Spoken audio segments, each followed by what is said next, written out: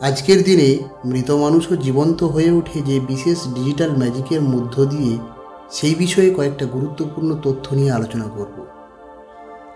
আপনি শপিং মলে ঘুরতে ঘুরতে হঠাৎ কোনো দোকানের শোকেসে যদি দেখতে পান একটা পুতুল শূন্যে নড়ে চড়ে বেড়াচ্ছে, তাহলে কি মনে হবে? ম্যাজিক? আজ্ঞে হ্যাঁ, সত্যিই ম্যাজিক। উন্নত দেশগুলোর বেশ কিছু দোকান, সংগ্রহশালা, মলগুলোর সামনে এরকম দৃশ্য হামেশাই চোখে পড়ে। তবে সত্যি বলতে কি, এর পিছনে প্রচলিত কোনো ম্যাজিক নেই। এগুলো হলো ডিজিটাল প্রজন্মের জনপ্রিয় ভার্চুয়াল রিয়েলিটি বা ভিআর, এসব হলোগ্রাফি আর কম্পিউটারের ম্যাজিক। এর জন্য 3D মুভি দেখার মতো করে বাড়তি করে কোনো চশমা তথা পোলারয়েড চশমা ও অন্যান্য ডিভাইসও ব্যবহার করতে হয় না। একেবারে live holographic 3D telepresence, visual digital মানবের সঙ্গে সাক্ষাৎ করে কথাবার্তাও বলা যায়। তো চলুন দেখে নেওয়া যাক হলোগ্রাফি কাকে বলে, কিভাবে এটা কাজ করে এবং এর ব্যবহার। আসলে হলোগ্রাফি হলো এক ধরনের ফটোগ্রাফিক প্রযুক্তি, যা কোনো বস্তুর ত্রিমাত্রিক ছবি তৈরিতে ব্যবহার করা হয়। লেজার রশ্মির সাহায্যে গড়ে ওঠে বস্তুর ত্রিমাত্রিক প্রতিবিম্ব, যা শূন্যে প্রক্ষেপ করা যায়। এই প্রযুক্তিতে তৈরি করা হয় ত্রিমাত্রিক ছবি, যা হলোগ্রাম নামে পরিচিত। লেজারের বিস্ময়কর ও উত্তেজনাপূর্ণ প্রয়োগগুলির মধ্যে হলোগ্রাফি হল অন্যতম। ইংরেজি শব্দ হলোগ্রাফি শব্দটির অর্থ হল সম্পূর্ণ ছবি বা পূর্ণাঙ্গ ছবি, আর হলোগ্রাম হল ত্রিমাত্রিক ছবি। সাধারণ ক্যামেরায় আমরা যে ছবি তুলি তা দ্বিমাত্রিক। এই দুটি মাত্রা হল দৈর্ঘ্য ও প্রস্থ। কিন্তু হলোগ্রাফিক টেকনিকে তোলা ছবি তথা হলোগ্রামে বস্তুর ত্রিমাত্রিক প্রতিবিম্ব প্রদান করে এবং বস্তুটির ছবি অবিকল ত্রিমাত্রিক কঠিন বস্তুর মতনই মনে হয়। স্পর্শ না করে বোঝার উপায়ও নেই এটি ছবি না বস্তুটি নিজেই। তবে হলোগ্রামে বস্তুর মূল রং পাওয়া যায় না। যে লেজার দিয়ে হলোগ্রাম তৈরি করা হয় তার রঙের উপরই হলোগ্রামের রং নির্ভর করে। বিভিন্ন রং বেরঙের লেজার ব্যবহার করে বিচিত্র রঙের হলোগ্রাম তৈরি করা যায়।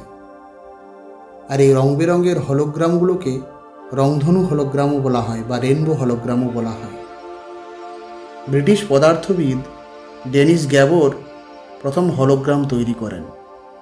সেটা ছিল প্রায় 1947-48 সাল। তবে প্রযুক্তির সীমাবদ্ধতার কারণে পুরোপুরি ত্রিমাত্রিক রূপ তখন দেওয়া যায়নি। পরবর্তীতে 1960-এর দশকে যখন লেজার প্রযুক্তি আবিষ্কৃত হলো, তখন এটা হলোগ্রাফির উন্নয়নে গুরুত্বপূর্ণ ভূমিকা পালন করে। হলোগ্রাফির মূল তত্ত্ব আবিষ্কারের জন্যই 1971 সালে গ্যাবরকে নোবেল প্রাইজও দেওয়া হয়। পরবর্তীতে বিভিন্ন টেকনিশিয়ান ও বিজ্ঞানীদের হাত ধরে এই প্রযুক্তি পূর্ণাঙ্গতা পায়। আসলে হলোগ্রাফি হচ্ছে এমন এক ধরনের ফটো প্রযুক্তি যা কোনো বস্তুর ত্রিমাত্রিক ছবি তৈরিতে ব্যবহার করা হয়, আর এই প্রযুক্তিতে তৈরি করা ত্রিমাত্রিক ছবি হলো হলোগ্রাম। মূলত এই ধরনের ত্রিমাত্রিক ছবি তৈরি করার জন্য লেজার, ইন্টারফারেন্স ডিফ্রাকশন ও লাইট ইন্টেন্সিটি রেকর্ডিং এবং ইলুমিনেশন অব দ্য রেকর্ডিং, এই 4টি প্রযুক্তির একটি কার্যকরী সমন্বয় ঘটানো হয়। তো এই হলোগ্রাফি এবং ফটোগ্রাফির মধ্যে একটা মৌলিক পার্থক্য হলো, ফটোগ্রাফিতে দ্বিমাত্রিক ছবি তোলা হয় এবং হলোগ্রাফিতে ত্রিমাত্রিক ছবি। আর এই দ্বিমাত্রিক ছবিতে কেবলমাত্র একটি পয়েন্ট অফ ভিউ থাকে, কিন্তু আমাদের চোখে কোনো বস্তুর গভীরতা নির্ণয়ের জন্য দুটি পয়েন্ট অফ ভিউ দরকার হয়, যা থাকে হলোগ্রাফিক প্রযুক্তির ছবি হলোগ্রামে। হলোগ্রাফি এবং ফটোগ্রাফির মধ্যে যেটা মূল পার্থক্য সেটা হলো, হলোগ্রাফিতে আলোর ব্যতিচার এবং অপবর্তন এই দুই ধর্মকে কাজে লাগিয়ে ইমেজ তৈরি করা হয়। অন্যদিকে ফটোগ্রাফিতে আলোর প্রতিফলন ধর্মকে কাজে লাগিয়ে ফটোগ্রাফি তৈরি করা হয়।